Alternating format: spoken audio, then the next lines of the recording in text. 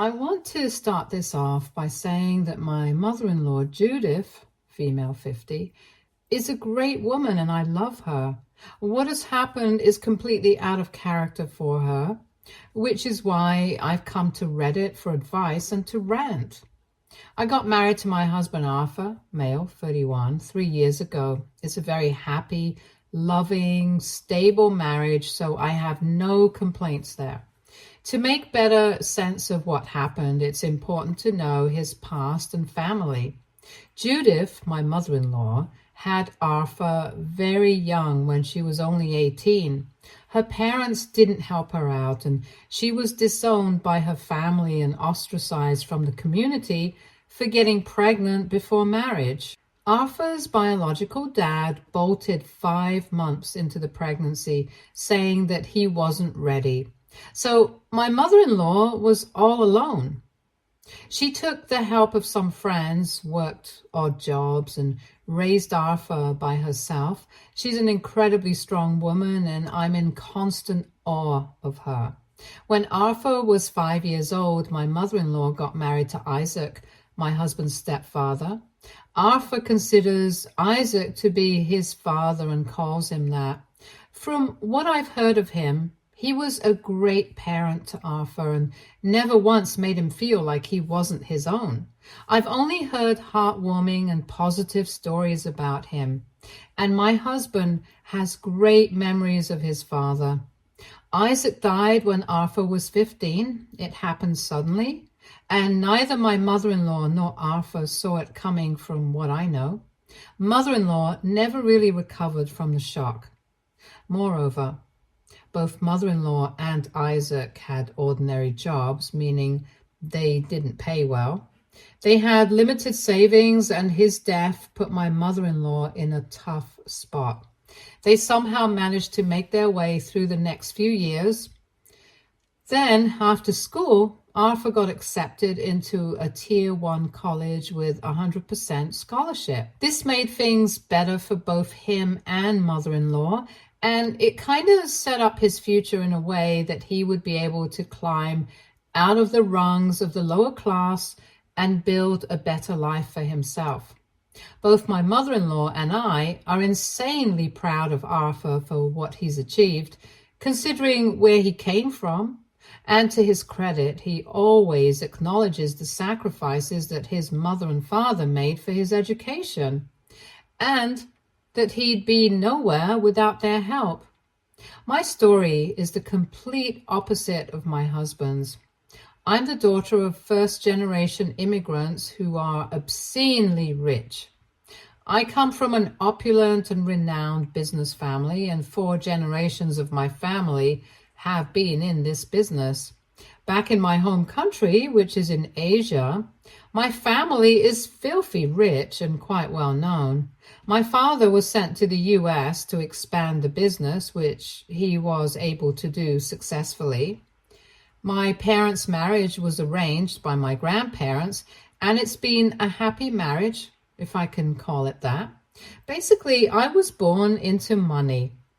I was made extremely aware that I'd always have a lot of money at my disposal, so I didn't really need to work hard. I was always very free to follow my passions and was given the freedom to choose whatever career I wanted, if any. I've always had an affinity for the arts, so I chose to be a visual artist. It doesn't generate much income, but I have a trust fund, so I'm never strapped for money, and I don't think I ever will be. I don't mean to sound conceited at all, but this is just how it is.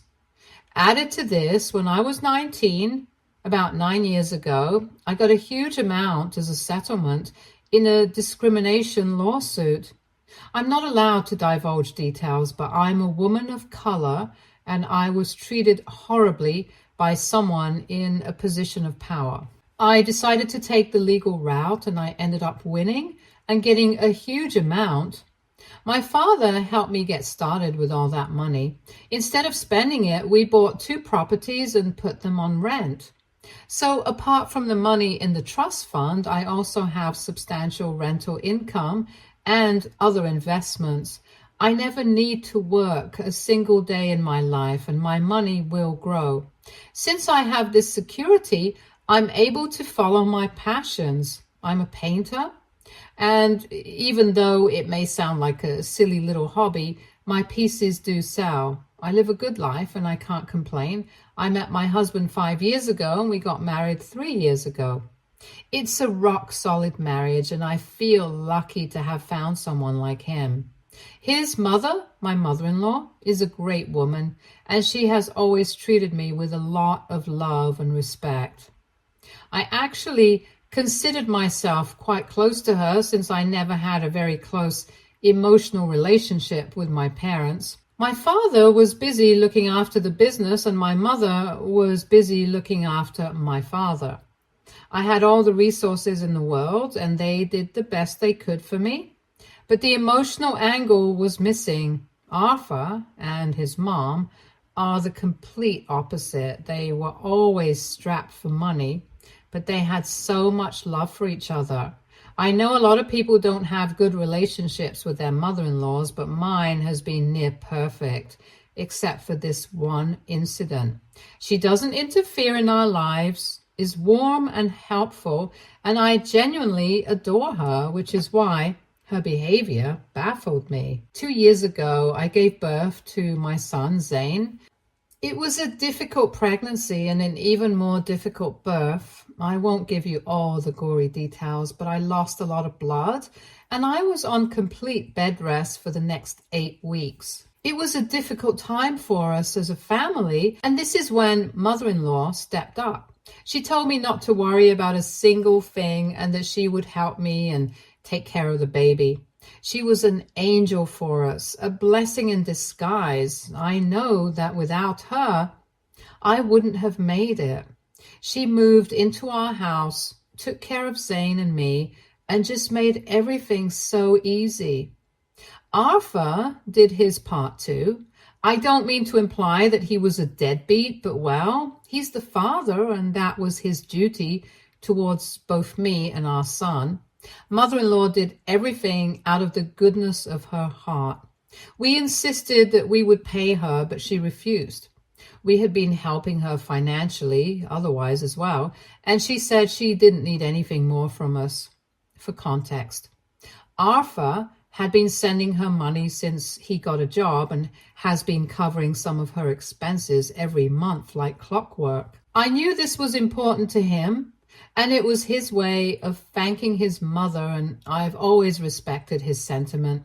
So after marriage, both he and I together gave her a sum of money, more than what Arthur gave her previously, that allowed her to save up a lot and enjoy her hobbies and indulge in whatever luxuries she wanted.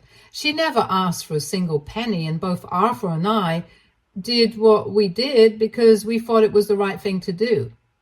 In the marriage, even though Arthur is the one who works in the traditional sense, I bring in more money because I'm generationally loaded. Before I married him, some people told me that he was marrying me for the money, but I know my husband enough to vouch for his intentions.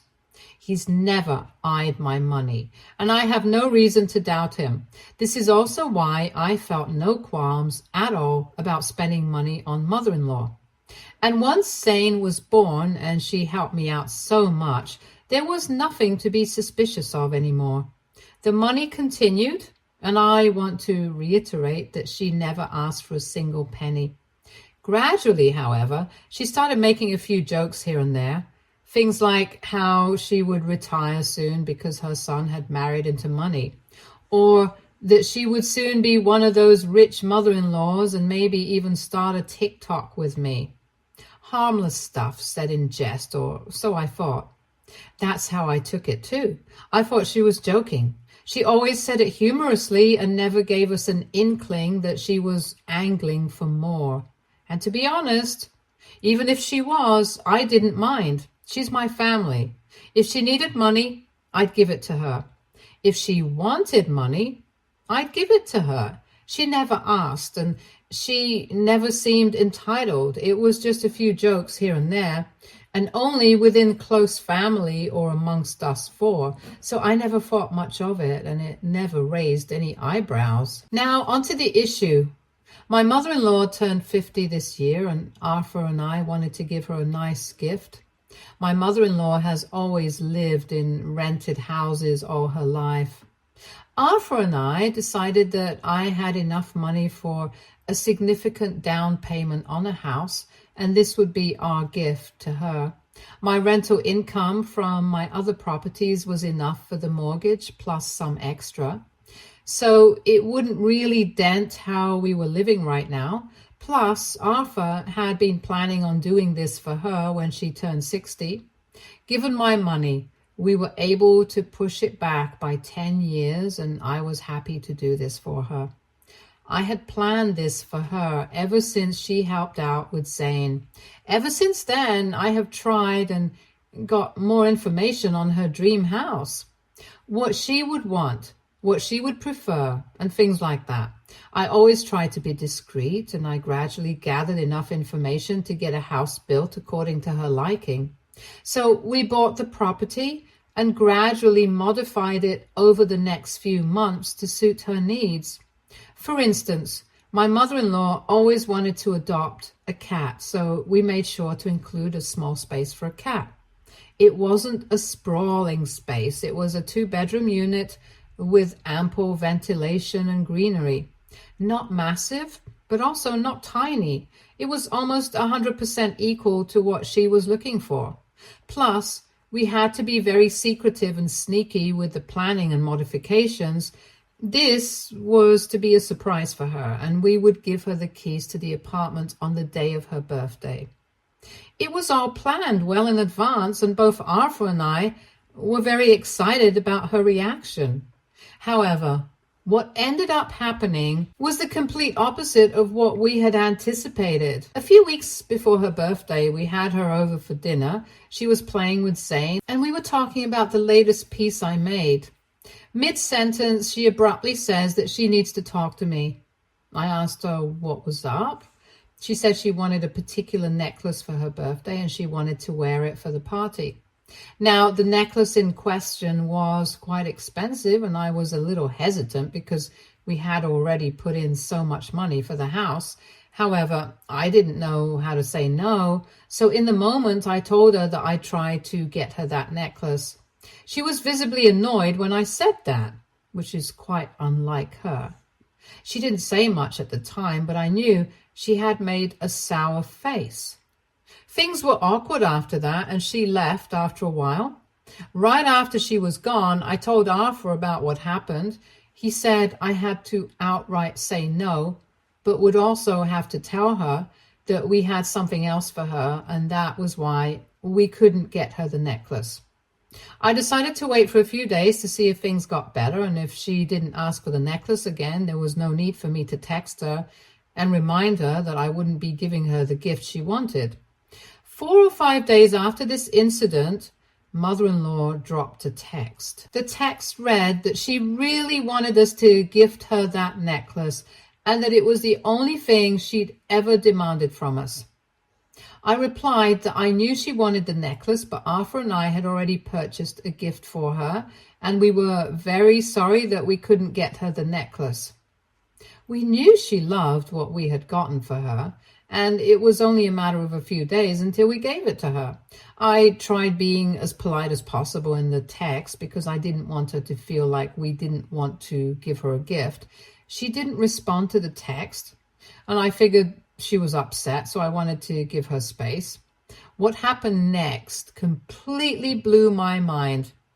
By the next day, she had put up a huge post on Facebook ranting about how she couldn't believe she had an ungrateful child and that there was just one thing she wanted from me, and despite having the money and exploiting her labor all these years, I was still unwilling to give her a tiny gift of her liking.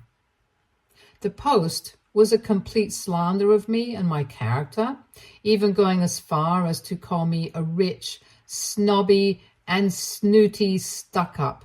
I'm not on Facebook, so I only found out about the post after almost every family member had seen it. One of Arthur's cousins sent the link to us, and I was appalled at all the hateful things she was writing. It was just so out of character for her, and she had completely maligned my image in front of the entire family.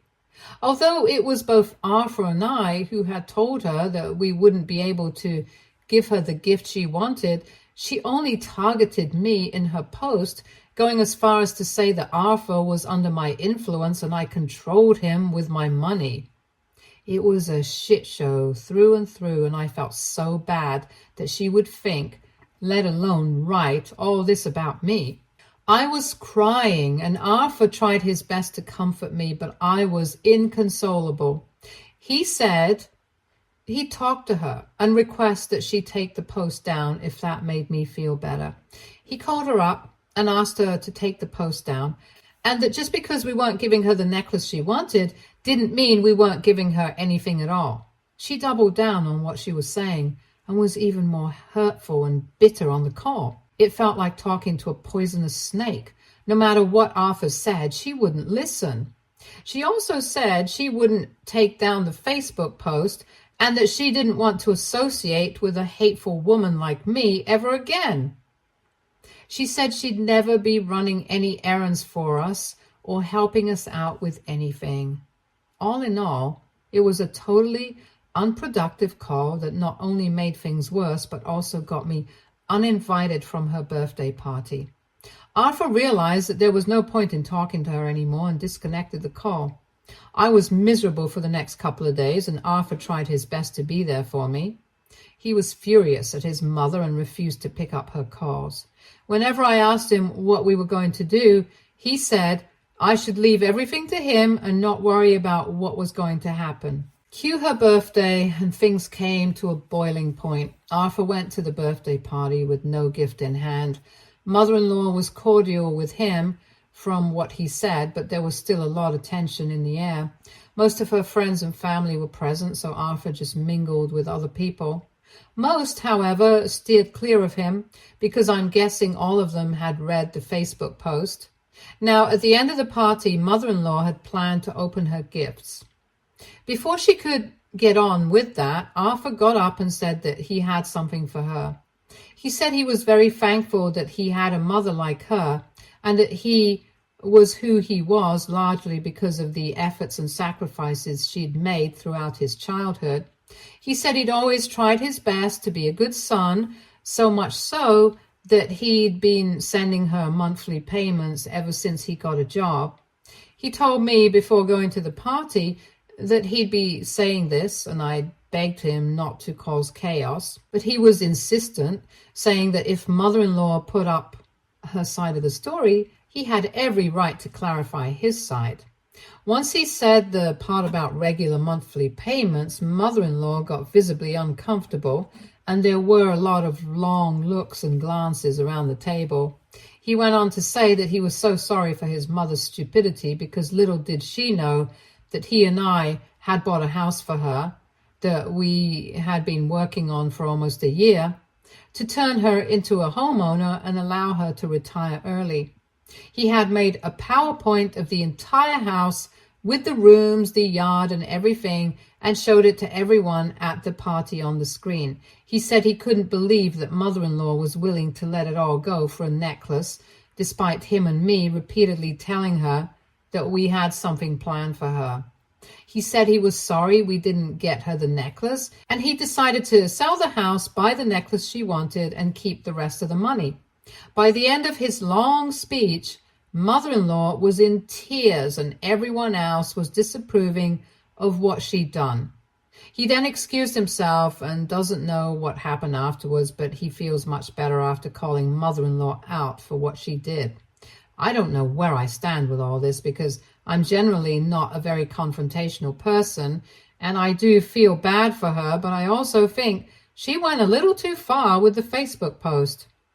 A cousin of his has been trying to get in touch with me, but I haven't returned her calls yet. I don't know what we're going to do, but I just want the drama to be over. Update 1. I have a small update, and even though it's relatively minor and not nearly as dramatic as Reddit would want, Arthur and I decided that we're going to put the house up for rent. It's a beautiful property.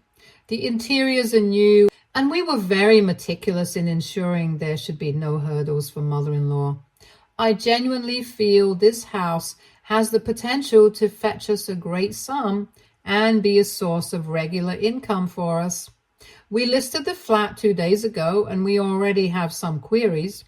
We'll be taking our time in deciding who to rent it to because we want decent tenants who will be trouble-free. My mother-in-law hasn't reached out to us yet, and I don't think she will. The public humiliation and embarrassment she's faced will stick with her for a long time. I had told Arthur to go soft on her and maybe tell her in private, but he was furious with her because of how she treated me. He said that she chose to make everything public and slander me on social media, so he was going to make everything public too. He even said she should be grateful he did it in front of friends and not on social media for the entire world to see. Some of his cousins have reached out. One section of them has called us out for ruining a milestone birthday and creating a spectacle of it all. Another section, on the other hand, supports us and says that she should have known that she's lost in her greed and pettiness. I don't really pay much heed to these messages because, frankly, I don't have the energy for this drama that's erupted into a volcano for no reason at all. I just want to stay away from it all. But I know that's not a possibility. My mother-in-law is going to get in touch with us someday. I just hope it's not for a long time. We can't keep her out of Zane's life. She's been a good grandmother to him and has been there for him ever since he was born. So this stalemate has to end one day. I just hope and pray I get some peace and quiet before I'm ready to deal with all of this again. Update 2. I read all of your comments and they've been very helpful. I've always been a non-confrontational person and I've never liked fighting or not being in contact with people I'm close to. Reddit made me realize that what Arthur did was the right thing, even though it ruined my mother-in-law's birthday. We've gone above and beyond to ensure she lives a good, comfortable life, even though we, especially I, don't owe her that. I bought that house for her out of the goodness of my heart and because of the bond we shared. But she completely sullied it because she couldn't take no for an answer. I also realized that this has been the only time she's asked for something that hasn't been given to her. She's never had to ask us for anything. We do it ourselves before the chance even arises for her to ask. Whether she feels entitled to getting everything she wants, I don't know. But her reaction to a polite no was unexpected and can't be overlooked any longer. This brings me to the actual update. The house has been rented out. We gave it to a newly retired couple and their 2 pets, 1 dog, 1 cat. They seemed very pleasant and both Arthur and I have a good feeling about them.